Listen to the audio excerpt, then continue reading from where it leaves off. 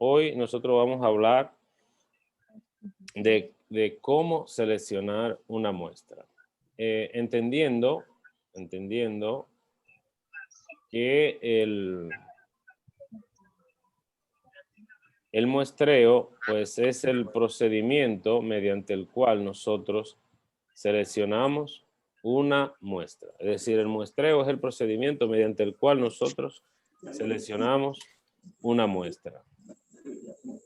Ahora, ¿por qué hay que seleccionar muestra? ¿Por qué hay que hacer muestreo? Son múltiples las razones por las que hay que seleccionar una muestra, por las que hay que hacer un muestreo. Muchas veces no es posible analizar la población completa por la dispersión de la población, porque es muy grande, por la razón que fuera. Otras veces desconocemos dónde está ubicada la población. Imagínense ustedes una persona, un agricultor que produce peces en un estanque y esos peces están bajo el agua y quiere hacer un muestreo cuando le echa los alimentos para saber cómo van creciendo. Entonces no sabe, desconoce dónde está la población y no puede pues secar el estanque para poder sacar la muestra porque se le van a morir los peces. Que es lo que tiene que ver con esa característica de cuando las unidades son destruidas. Por ejemplo, es muy probable que todos aquí en algún momento hayan sancochado de espagueti, ¿cierto? ¿Quiénes han sancochado de espagueti? Yo he sancochado de espagueti, casi todos hemos sancochado de espagueti. ¿Cómo nosotros sabemos si los espagueti están? Tomamos una hebra, la soltamos contra la pared, si se quedó pegada a la pared ya lo podemos apagar, si no se queda pegado hay que seguir hirviendo. Esa es una regla sencilla, pero ya esa parte que tomamos de la muestra, eso se perdió. Estamos cocinando y tomamos un poco para probarlo, ya ese poco que probamos se perdió, se destruyó la muestra. Entonces, un factor importante por lo que es necesario muestrear es justamente porque muchas veces las unidades son destruidas. Imagínense un fabricante de vehículos que tiene que probar la bolsa de aire de los vehículos y para eso tiene que impactar los vehículos contra una superficie. Si tuviera que probar todos los vehículos para saber si funcionan la bolsa de aire, la empresa se va a ir al suelo, se va a ir a la quiebra, porque obviamente que va a estar, se va a ir diríamos que, a la pérdida con eso. Apaguen los micrófonos, por favor, los que no estén hablando. Y otra cosa es que el muestreo puede proporcionar información tan valiosa como si se realizara la población completa. Ahora bien, entonces ya que sabemos todo esto de por qué es beneficioso el muestreo, también hay algunas situaciones en las que el muestreo nos presenta algunas desventajas. Por ejemplo, cuando yo hago una encuesta, yo no puedo saber dónde están ubicados cada elemento de la población. Imagínense ahora, por ejemplo, con diríamos, esta pandemia del COVID, que nosotros quisiéramos hacer un muestreo para ver qué proporción de la población está infectada. Nosotros podemos, con la muestra, tomar muestra, un hisopado y medirlo y ver si está positivo o negativo y podemos determinar el porcentaje de la población que está positivo con el COVID. Pero esa muestra no nos va a permitir a nosotros ubicar dónde están las personas que están contagiadas. Diríamos que como para tomar medidas, porque no nos permite el muestreo hacer eso. Otra cosa con el muestreo es que muchas veces un procedimiento inadecuado de muestreo pues puede dar unos resultados errados, que no es una limitación, diríamos, del muestreo como tal, pero al aplicar un procedimiento de muestra y si se hace de manera inadecuada, pues obviamente que no va a dar resultados muy, muy diferentes a si tuviéramos una muestra, diríamos, más representativa. Imagínense que nosotros vamos queremos investigar sobre el nivel de aceptación de las políticas del gobierno. Si nosotros le preguntamos a una muestra muy grande de empleados públicos sobre su opinión sobre la gestión del gobierno, es muy probable que nosotros tengamos una opinión muy favorable en una gran mayoría porque son, diríamos que son funcionarios o empleados públicos. Pero si le preguntas a un grupo de desempleados que están protestando porque no le ha dado la prestación o por las razones que fuera que cree del gobierno, obviamente que va a decir peste del gobierno. Entonces, diríamos que si el procedimiento de muestreo no se hace, estoy hablando en casos extremos, pero si el procedimiento de muestreo no se hace de manera adecuada, entonces vamos a tener una deficiencia. A veces, otra limitación que presenta el muestreo es el desconocimiento de una población.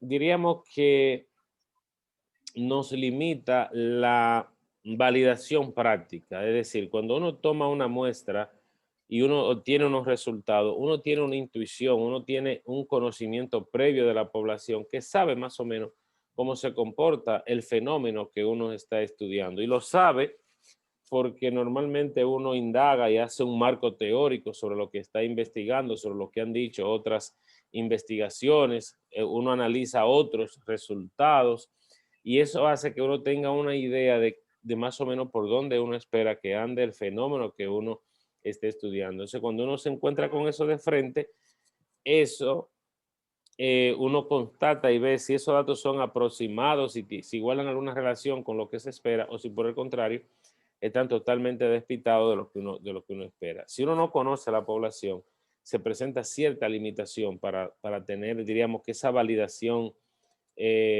práctica y basada en la experiencia. Ahora, nosotros cuando vamos a hacer un muestreo necesitamos tener diríamos un listado, Mira, un marco muestral de dónde nosotros vamos a seleccionar. y le pegan la foto y ya. Por favor, apaguen los micrófonos cuando no estén hablando. Le decía que cuando uno va a hacer un muestreo, uno tiene que tener una población, tiene que tener un marco muestral de dónde nosotros vamos a seleccionar. Y ese muestreo puede implicar que yo puedo seleccionar personas, yo puedo seleccionar objetos, puedo seleccionar animales, puedo seleccionar uno de esos tres elementos, es decir, voy a indagar sobre objetos, sobre animales, sobre personas. Por ejemplo, si me interesa conocer la característica de la población, yo podría fácilmente, tendría que, mi población serían las unidades producidas. Si yo voy a hacer un control de calidad en la empresa, yo voy a seleccionar las unidades producidas. Pero si yo lo que estoy haciendo es una auditoría a una empresa o estoy haciendo un inventario de mercancía, entonces yo lo que voy a seleccionar son unidades. Si yo lo estoy pasando una muestra al inventario para ver la caducidad de las unidades que están ahí, para ver el estado de ese inventario, entonces yo voy a seleccionar diríamos, la mercancía que están ahí. Pero si yo lo que quiero es saber la opinión que tiene el público sobre nuestro producto, a lo mejor yo lo voy a hacer con personas directamente. O es posible que primero seleccione vivienda y luego dentro de la vivienda pueda seleccionar a las personas. Es decir, pero siempre yo voy a tener que tener un marco muestral. Y cómo uno tiene claro, diríamos, ese marco muestral a partir del cual uno va a hacer la selección de la muestra. Número uno, uno tiene que tener claramente cuáles son las unidades de selección. Es decir, ¿qué vamos a seleccionar nosotros? Vamos a seleccionar personas, vamos a seleccionar viviendas, y dentro de las viviendas vamos a seleccionar personas, vamos a seleccionar productos fabricados por la empresa, vamos a seleccionar materia prima para analizarla que compramos. ¿Qué es lo que vamos a analizar? Entonces, para tener un marco muestral, decir, o poder definir ese conjunto de elementos que nosotros vamos a seleccionar, entonces nosotros necesitamos.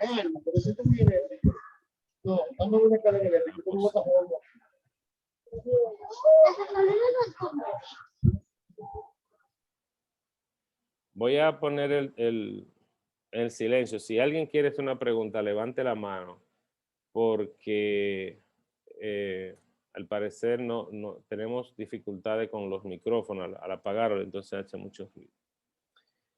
Entonces, bueno, le decía, nosotros tenemos que tener ese marco muestral a partir de cual nosotros vamos a seleccionar, es decir, a partir de dónde vamos a seleccionar. Entonces, ideas que podemos tener claro para hacer un marco muestral es que nosotros definamos claramente cuál es la unidad que nosotros vamos a seleccionar. Si es, como dice ahí, si es vivienda, si es persona, a lo mejor puede ser un sector, a lo mejor puede ser una manzana, de un conjunto de vivienda, etcétera, etcétera. Entonces, definir claramente eso.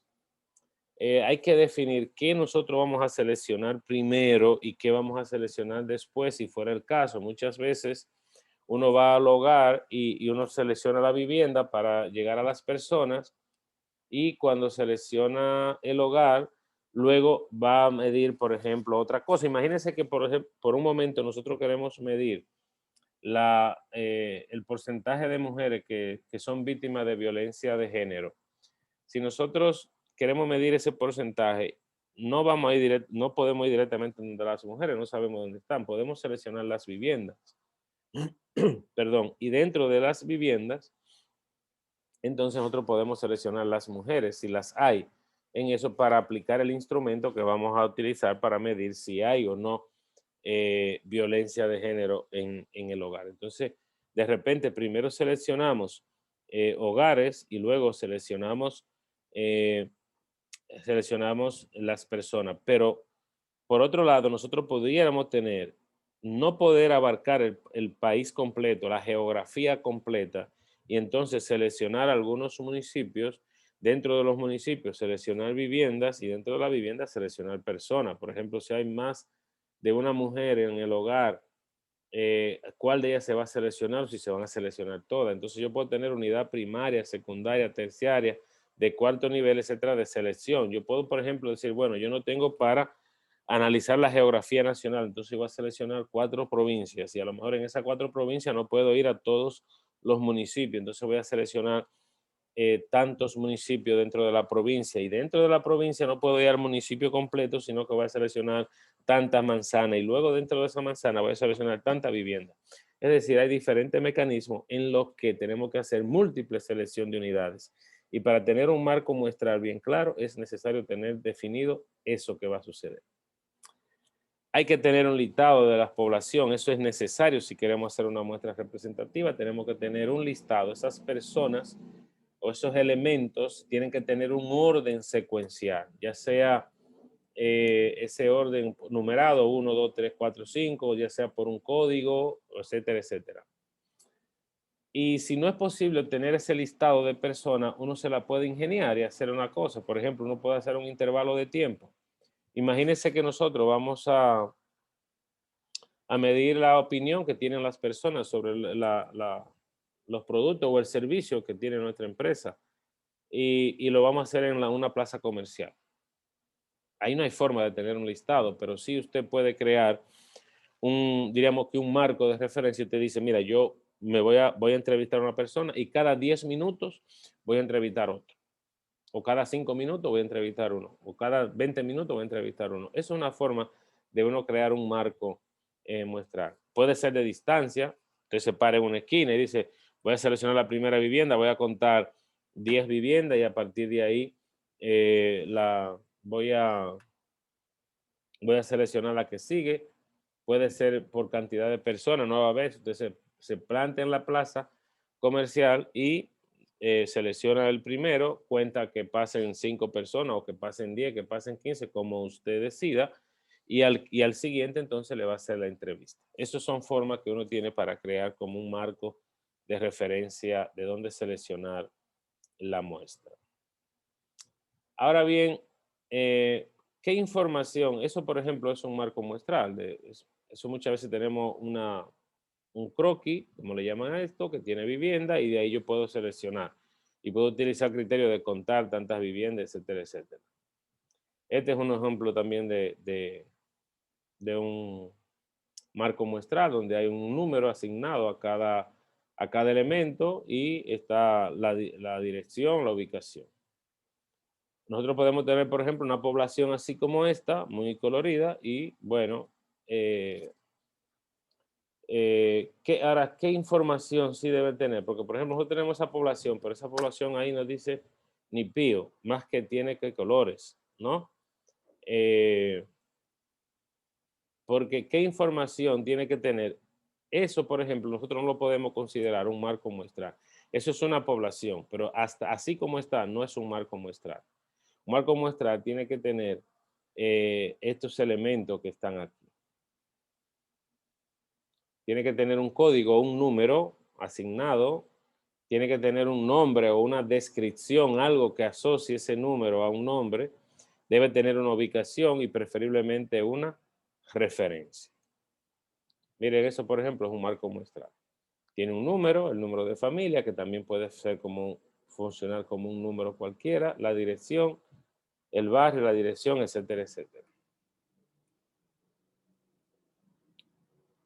Hay algunas limitaciones que se presentan cuando uno va a hacer un marco muestral. Por ejemplo, hay elementos perdidos en la población. Usted tiene un croquis y de repente hay un conjunto de hogares que ya no están por alguna razón. Era una casa, se hizo un edificio de apartamentos, era una vivienda, ahora es un negocio, eran 5 viviendas y ahora es un liceo, una escuela, etcétera, etcétera. Entonces hay unidades, elementos que se pierden, otras veces que hay omisión eh, de, de las unidades que son parte de la población.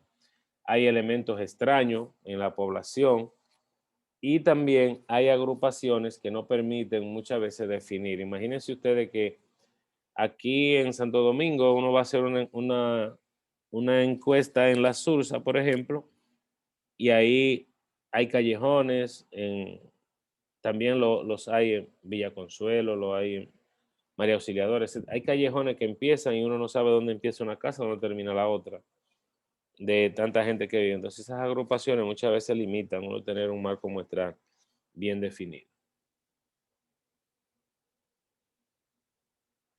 Hay duplicaciones de elementos, etcétera, etcétera. Ahora bien, una vez que nosotros tenemos la muestra, ¿cómo podemos seleccionar la muestra? Diríamos que hay dos grandes procedimientos con los que yo puedo seleccionar la muestra. Un procedimiento es hacerlo de manera subjetiva, que le llamamos muestra no probabilística, y la otra es hacerlo siguiendo un procedimiento científico, que es lo que llamamos muestra probabilística. De forma tal que la muestra probabilística es aquella en la que los elementos se seleccionan atendiendo a un criterio científico y por lo tanto son muestras que son representativas de la población. En cambio, las muestras no probabilísticas son aquellas que se seleccionan atendiendo al criterio del investigador. Entonces, al seleccionar al criterio del investigador, pues esa muestra solo sirven para describir a los elementos que se han estudiado, no sirve para hacer inferencia porque las unidades han sido seleccionadas a partir del criterio del investigador. Vamos a ver un poco las muestras no probabilísticas porque tienen sus encantos, ¿no? Entonces, hay 4 formas en las que yo puedo seleccionar una muestra no probabilística. Puede ser una muestra intencional o por conveniencia. ¿Qué es una muestra intencional o por conveniencia? Bueno, aquella que yo selecciono los elementos porque me convienen, porque tengo intención de incluir esos elementos en la población. Imagínense que yo quisiera conocer el desempeño de los estudiantes de la UAS, entonces una forma es que yo asigne una votación y le pregunte el índice académico de cada estudiante y a partir de ahí podría medir o el tiempo que tienen en la universidad o la materia que han repetido, etcétera, etcétera. Entonces, es una información que no es, que digamos que no es una selección científica, pero que me puede dar un abordaje de cómo anda la situación. Otra cosa es el muestreo de experto, que es aquel en el que las unidades se seleccionan atendiendo a la expertise que tenga el individuo. Es decir, se va a opinar sobre un tema, se selecciona un conjunto de personas que tienen capacidad, diríamos, para opinar sobre el tema. Está también el muestreo por cuota, que muchas veces ustedes lo han utilizado, que es aquel en el que se establece una cantidad fija de elementos que se van a seleccionar y a partir de ahí se determina la muestra. Y el otro tipo de muestreo no probabilístico que se utiliza mucho, sobre todo en el área de mercadeo y también en el área social, es el muestreo por bola de nieve, que también se le denomina muestreo ramificado. ¿Cuándo usar este muestreo? Este muestreo se utiliza cuando nosotros queremos llegar a una población muy pequeña dentro de una población grande. ¿Qué quiero decir con eso? Imagínense que nosotros tenemos una empresa que vende productos de cuero, que vende productos cosas y queremos llegarle a los motoristas, a los que utilizan las Harley Davidson. Esa es una población que es muy pequeña dentro de la población global. Entonces, si nosotros queremos llegar a esa población, bueno, pues nosotros podemos localizar uno de ellos y ellos nos van a ir refiriendo donde otros, y esos otros nos van a referir donde otro, y esos otros de los otros nos van a ir referir donde otro, hasta completar la muestra. Por eso se le llama bola de nieve. Imagínense también, otro ejemplo es que queremos estudiar la discriminación en el trabajo de las personas que viven con VIH. Esa es una población que, gracias a Dios, es una población pequeña dentro de la población total, pero ellos viven agrupados, tienen agrupaciones de personas que viven con VIH, personas viviendo con VIH. De hecho, existe la red de personas viviendo con VIH-Sida. Entonces, si uno quisiera saber si son discriminados en el trabajo, pues uno fácilmente podría localizar uno o dos conocidos y eso le aplica el cuestionario. Ellos nos envían donde otro grupo, ese grupo se le aplica y nos envían donde otro y así se va creciendo la muestra hasta completar y por eso se le llama muestreo por bola de nieve.